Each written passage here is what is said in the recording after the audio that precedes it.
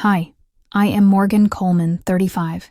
I'm the family disappointment, at least according to my sister. She's the shiny one, the LinkedIn star. Pilates on a Wednesday type.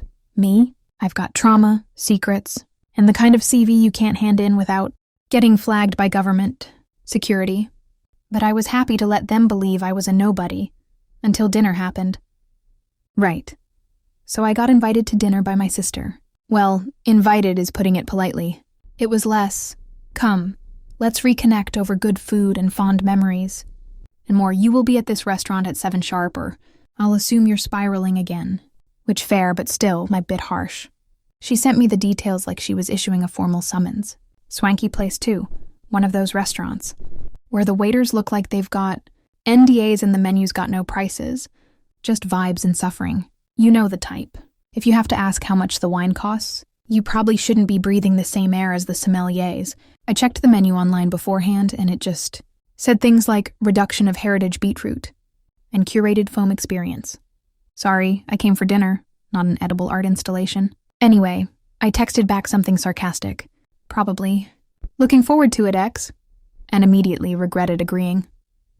But I went. Because deep down, I'm emotionally damaged and catastrophically nosy. She said to dress smart casual. Now, what that means in her world is linen trousers, a 300 blouse, and a smile that screams, I'm better than you, but in a self-effacing way so it's palatable. In my world, smart casual is jeans without holes and a coat that doesn't smell like pub carpet. I showed up in a hoodie and boots because, frankly, I wasn't dressing up for a woman who once called my entire lifestyle a personal branding crisis. As soon as I walked in, I could feel the judgment radiating off her like she'd been sat in Waitrose too long. She gave me that look, the one that says, you've disappointed me in ways I didn't know were possible, but with a smile so tight it could crack glass. And before I'd even sat down, she hit me with a kiss on the cheek, a sniff at my jacket, and a you look comfortable, which is posh woman code for you look like you slept in a skip. Honestly, the whole vibe was less family. Dinner and more Hunger Games. Passive-aggressive addition. The table was already set, not just with cutlery, but with tension. She'd picked the place, the time, probably even the table where the lighting made her Botox look optimal. I was just there to play the role of troubled but charming sibling and let her feel morally superior between bites of truffle risotto. And look, I get it. She's doing well. Mortgage, Pilates membership, husband with a pension. Whereas I'm the kind of person who finds old trauma in coat. Pockets like other people find chewing gum. But still, it's dinner, not an intervention. I'd barely unfolded the napkin before she started sizing me up, like I was some kind of abandoned rescue project. And I thought to myself, if this is how it starts, God help me when the wine comes out. So there I was, seated, emotionally braced, and pretending the linen napkin wasn't giving me hives when my sister gave me the look. You know the one, the full body scan, like she was mentally pricing up how much of my outfit came from a charity shop and whether I smelt faintly of regret. Spoiler alert, I did. She clocked my boots, my lack of a handbag, and probably the lingering trauma in my eyes, and gave me this tight little smile, like she was trying not to gag on the sheer working classness of it all. Honestly, it felt less like a dinner and more like I was about to be assessed for adoption. And then, like clockwork, her husband chimed in. Now I say husband, but emotionally, he has the presence of a soggy Ryvita. Let's call him Greg, because of course his name is Greg. Greg did that laugh men do when they're not funny, but still want you to think they run things. That I'm just a lad me noise, like Jeremy Clarkson trapped in HR. He looked at me like I was a curiosity. Not quite a threat, not quite family, just a bit odd, like a pigeon inside a Waitrose. And before I'd even buttered the bloody sourdough, the first volley was launched. So, here it comes. What are you doing these days? Oh, the classic. The one they teach in middle-class snobbery 101. It's not a question. It's a dare, a challenge, a little verbal trap disguised as small talk. Translation. Please say something that proves you're still a loser, so I can feel better about my beige personality and Adidas scented candle collection. I paused, considered the truth, that I'd been places they couldn't pronounce, done things that don't make it into polite conversation, and survived things that would make Greg wet himself in a Sainsbury's car park. But I knew that wasn't what they wanted, so I shrugged. Smiled like someone who's got bodies buried, metaphorically, obviously, and said, "Oh, you know, this and that, mostly that," which is posh woman repellent, by the way. Ambiguity makes them itch. My sister blinked. Greg chuckled again. Bless him, he really thought he was holding court. And I reached for the wine like it was a flotation, device in a sea of subtle humiliation. They stared at me like I was supposed to justify existing. And I thought, if I tell them the truth, that I held a man's hand while he died in a place Google Maps doesn't even know exists, would they even blink or just ask if it was on a gap year? But of course I didn't say that, because this was their world. A world of curated Instagram lives, quinoa, and group holidays in Tuscany. A world where pain is something you go to therapy for, once a week, after brunch. So instead, I broke a bit of bread and smiled like a woman who'd rather chew glass than have one more conversation about someone else's renovation project. So we're halfway through the bread course, which, by the way, they charge for separately. Yes. Bread. A literal basket of carbs for $7.50. Like gluten's gone artisanal and joined a private members club. Anyway, I did what any self-respecting woman with generational trauma and a sarcastic streak would do. I offered to pay for my half. Simple, polite, functional, and that was apparently the funniest thing anyone had said all evening. My sister actually laughed. Not a soft chuckle, not a polite smile. A full body, shoulders shaking. Oh, sweetie, your poor sort of laugh. The kind of laugh people use when they've just watched someone trip over a pram in Waitrose. Pity and superiority, shaken not stirred. Then she said it. Can you even afford this place? And reader, I swear to God, I could feel the air leave the table like someone had let the social anxiety out the room. She said it like I was moments away from nicking the cutlery and legging it through the fire exit, like I was one bad credit score away from getting tackled by the maitre d'. Greg, ever the charisma vacuum, made some noise that sounded like a wheeze trying to be a laugh. And I just sat there, sipping a glass of wine that cost more than my electricity bill and thinking, I've taken bullets, literal bullets, for this country, for people like her, so they could sit in overpriced restaurants and mock people. Like me, people who actually did the things they'll never have the nerve to Google. And here she was, giggling into her scallop amuse-bouche, acting like I was 3 seconds away from pawning the dessert spoons. The truth? There's a bank account, a very quiet one. The kind that comes with no paper statements, a firm handshake, and a permanent no comment. I've got money. Money she'll never know about. But explaining that would mean explaining why. And that's the sort of conversation you don't have over mains. So I smiled. Because I've got the kind of smile you earn after watching someone bleed out in a country your sister can't pronounce. And I said, "Oh, don't worry. I've got this covered. Your tax bracket paid for the training." She blinked. Greg choked on a breadstick. I topped up my wine. It was petty. Petty and perfect. You ever realize how much easier it is to let someone think you're broke than to admit you're broken in a way? They'll never understand, because that's what it is. She'll never know the cost. Not the real one. Not the nightmares or the blood. Or the way I flinch when someone drops a fork too loud. She just sees the boots and assumes I'm still struggling. And maybe I am. Just not in the way she thinks. So yeah, I can afford this place. I just can't afford the company. So I'm sat there, wine in hand, soul slowly withering under the fluorescent glow of middle-class smugness.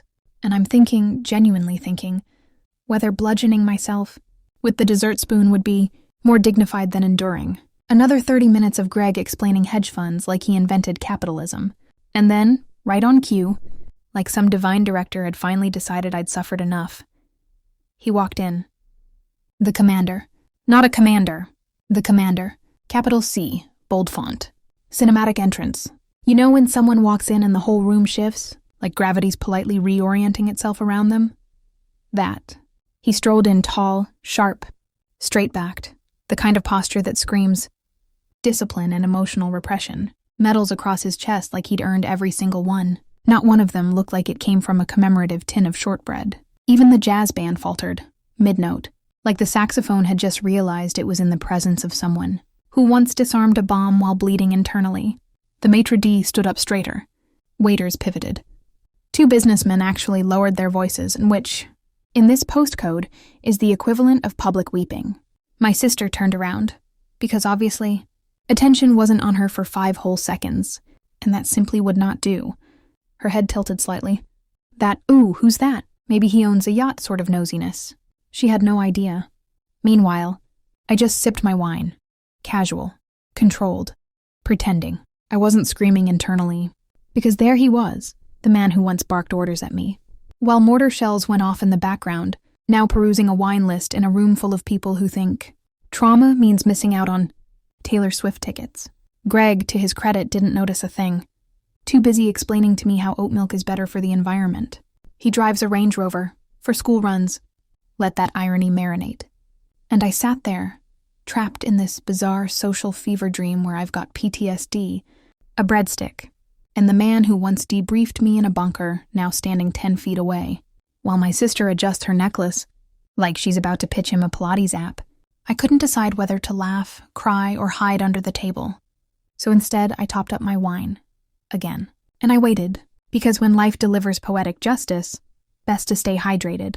He saw me. No fuss, no drama, just one of those cool, understated nods that somehow carries 5 years of classified trauma and one suspicious incident involving a helicopter and 3 goats. I nodded back like, "Yes, sir. I'm still pretending to be normal in public. Thanks for noticing." And then he said it. Loud, clear. Like it wasn't even a big deal. Like we were just 2 old mates meeting for a pint, down the local after surviving a small war or 10. "Welcome back, General. Your usual briefing?" I swear the room stopped. Forks froze midair. Cutlery hovered like awkward metal ghosts. You could have heard a pin drop, or in this case, the sound of my sister's dignity violently dying. And then she choked on her still water. Still. Not even sparkling. That's how deeply unprepared she was. Eyes bulging. Coughing like a pensioner after a dry roast. Clutching her pearls. Metaphorical, obviously.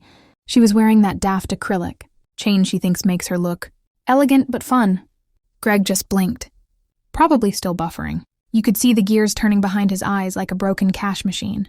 General? Like Army General? Or like General Knowledge? Meanwhile, I just sipped my wine. Calm. Collected. Externally, I was the picture of serene indifference. Internally, I was doing a bloody Irish jig on the grave of her condescension. Because in that one glorious moment, the entire evening flipped. Everything she thought she knew. About me, about the power dynamic, about who was the failure sibling, exploded in slow motion. General. The kind of title that comes with salutes, secrets, and a very, very locked file somewhere in Whitehall. The look on her face was priceless.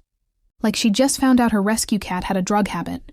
She stared at me, mouth open, brain short-circuiting, and I thought, "Oh, my darling sister, you've spent this entire dinner trying to prove you're better than me, and I've spent the last decade running black ops in places you can't spell."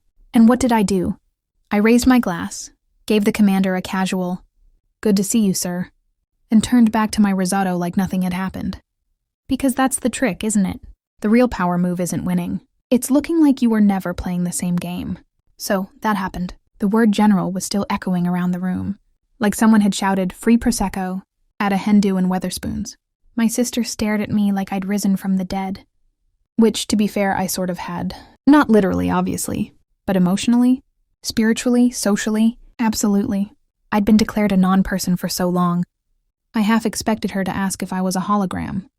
Her face looked like someone had taken her Waitrose club card and replaced it with a Lidl receipt.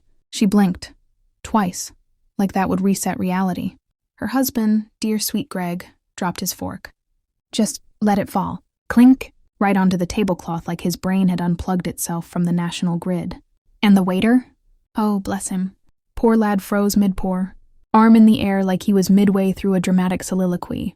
A single drop of red wine hung from the bottle's lip. Wobbling like it, too, was unsure if it should commit to this timeline. No one moved. No one breathed. You'd think I'd just announced I was heir to the throne and also dating Princess Anne. And me? Well, I smiled. Not a smug smile. Not a gloating one either. No, I gave them the kind of calm, polite little smile you give when you're used to being saluted over scrambled eggs and briefed during bathroom breaks. The kind of smile that says, "Yes, Sandra, I am technically your sister. But I also once negotiated with a warlord while bleeding from my spleen. So let's all take a breath, shall we?" And in that moment, oh, that delicious, awkward, soul-cleansing silence. I felt something I hadn't in years. Peace. because they didn't know what to do with me now. I wasn't the poor thing who never finished uni, or the one who still wears boots to brunch. I wasn't a punchline. I wasn't the afterthought. I was the person who just got called, general in a room full of people who don't even know how to iron their own trousers. And it wasn't revenge. It was catharsis, like finally scratching an itch you've had for a decade, but couldn't reach because your sister kept shoving her perfect life in the way. The jazz band cautiously resumed their tragic little tune. The waiter finished the pour like a man re-entering his body after astral projection. And my sister, well, she made a noise, a sort of high-pitched wheeze, like a balloon giving up on its dreams. And I picked up my glass, took a sip, and asked, "Anyone fancy dessert?" Because if I was going to watch a middle-class breakdown happen in real time, I was bloody well going to do it with creme brulee.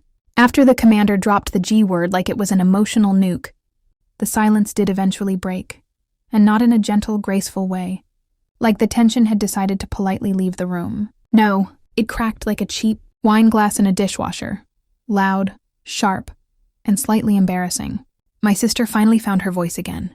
Tragic. Really.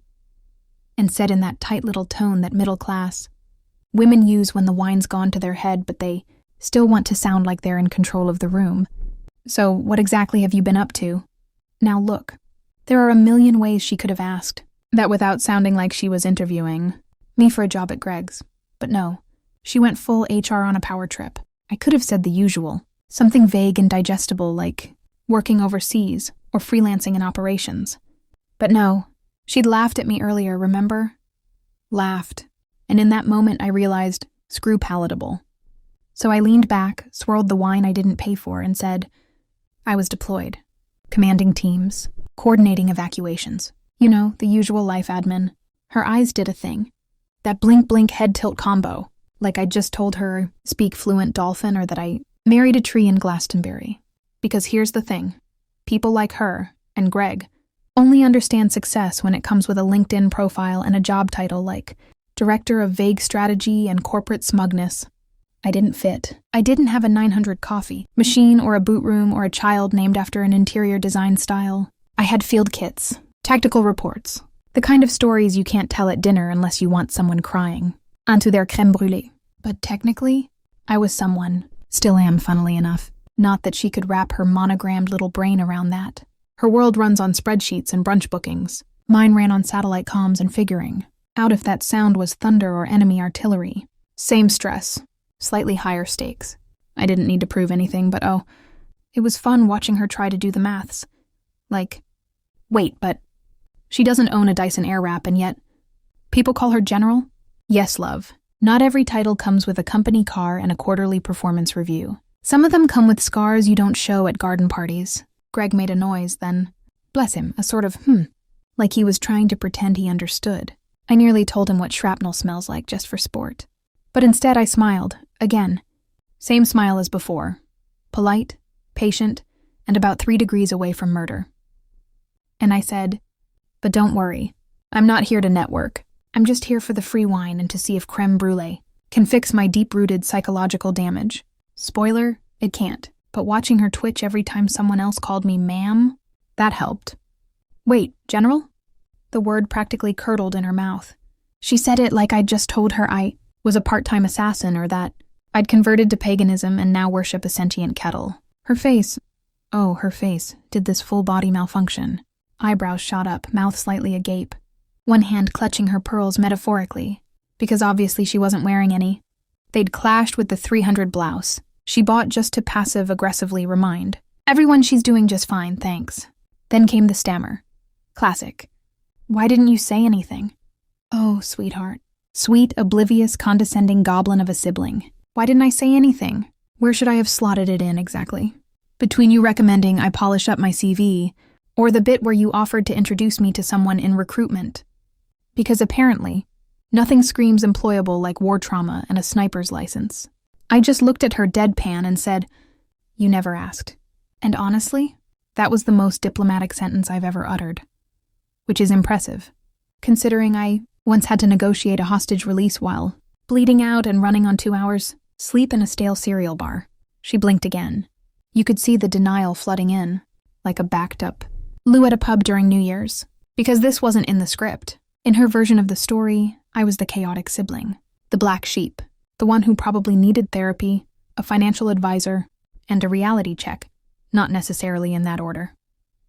But now, turns out I've been off gallivanting through war zones, commanding actual humans, while she's been commanding passive-aggressive WhatsApp groups and drinking $14 cocktails that taste like regret and rhubarb. She tried to rally. She reached for that tone, the one posh mums use when their kid fails their piano exam, but they still want to believe he's gifted. Well, I just didn't know you were involved in all that. Involved.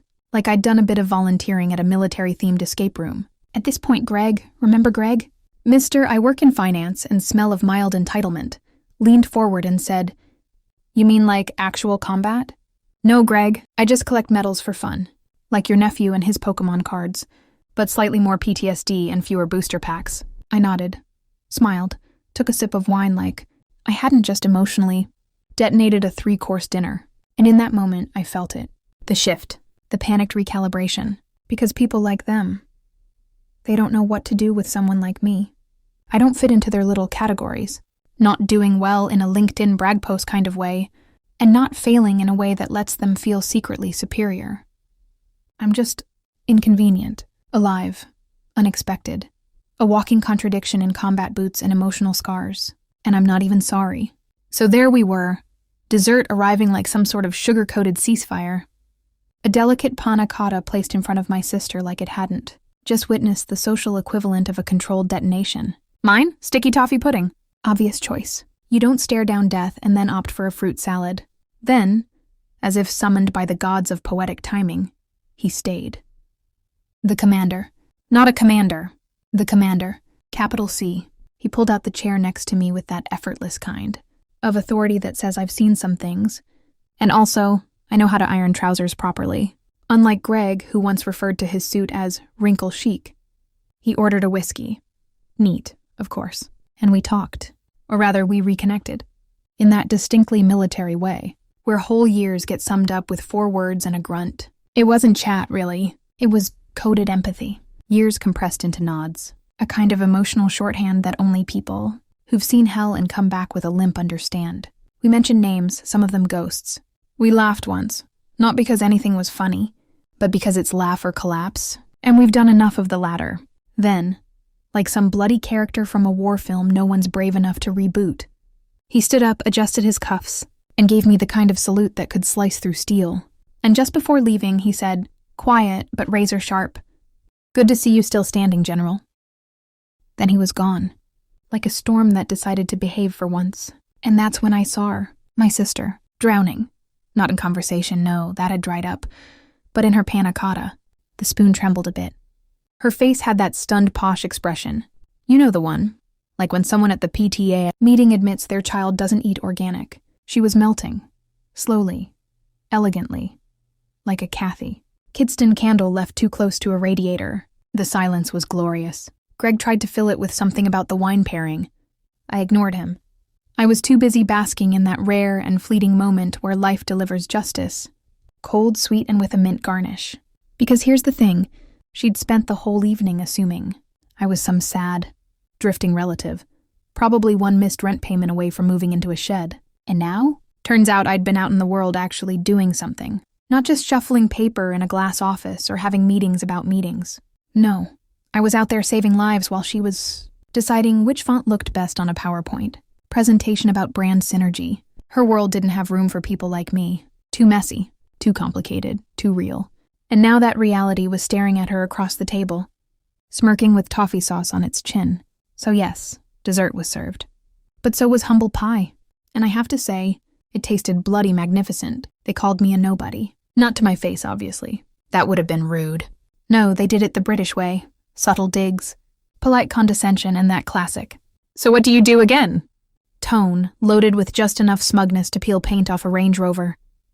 I didn't fit in at their little dinner party of preened egos and LinkedIn sound bites. Didn't have a job title that sounded like a scented candle. Didn't roll up with a partner named Tristan, or a labradoodle called Crumpet. Didn't post cryptic, exciting things coming soon stories on Instagram with a photo of my laptop in a flat white. No, I came back with scars. Memories I'll never be drunk enough to forget, and a spine made from every moment I didn't fall apart, even when I should have. But here's the thing they never see coming. I liked being underestimated. I liked walking into a room and watching them clock the boots, the old coat, the lack of conversation about organic oat milk, and filing me under non-threat. Because when people think you're nothing, they get sloppy. They talk. They reveal the whole tragic theater of their lives. Without realizing you're watching the show, from the front row with popcorn. My sister once called me a drifter, to my face, in front of Greg, who nodded like he was agreeing with a bloody TED Talk. They offered me career advice. From the top of their middle class, mountain built on job security, inherited guilt, and Waitrose loyalty cards. But what they didn't know, couldn't possibly understand, is that while they were busy managing projects and posting throwback to Ibiza stories, I was halfway across the world managing chaos. Real chaos. Not Debbie's gone off on maternity. Early and now we've got to reschedule the Q3 rollout chaos. Actual human life on the line. Make a decision or people die kind of chaos. But fine, let them think I'm nothing. Let them believe the story they wrote for me, based on bad assumptions and worse lighting. Let them sip their overpriced rosé and smile through teeth too white to be natural. Because nothing is more satisfying than watching someone choke on their own smugness. Especially when it's mid-sip. Especially when it's mineral water. So expensive it has altitude on the label. I've been called a nobody my whole life. Too quiet, too odd, too vague, too inconvenient. But now I know the truth. I'm not a nobody. I'm just not their kind of somebody. And honestly, that suits me just fine.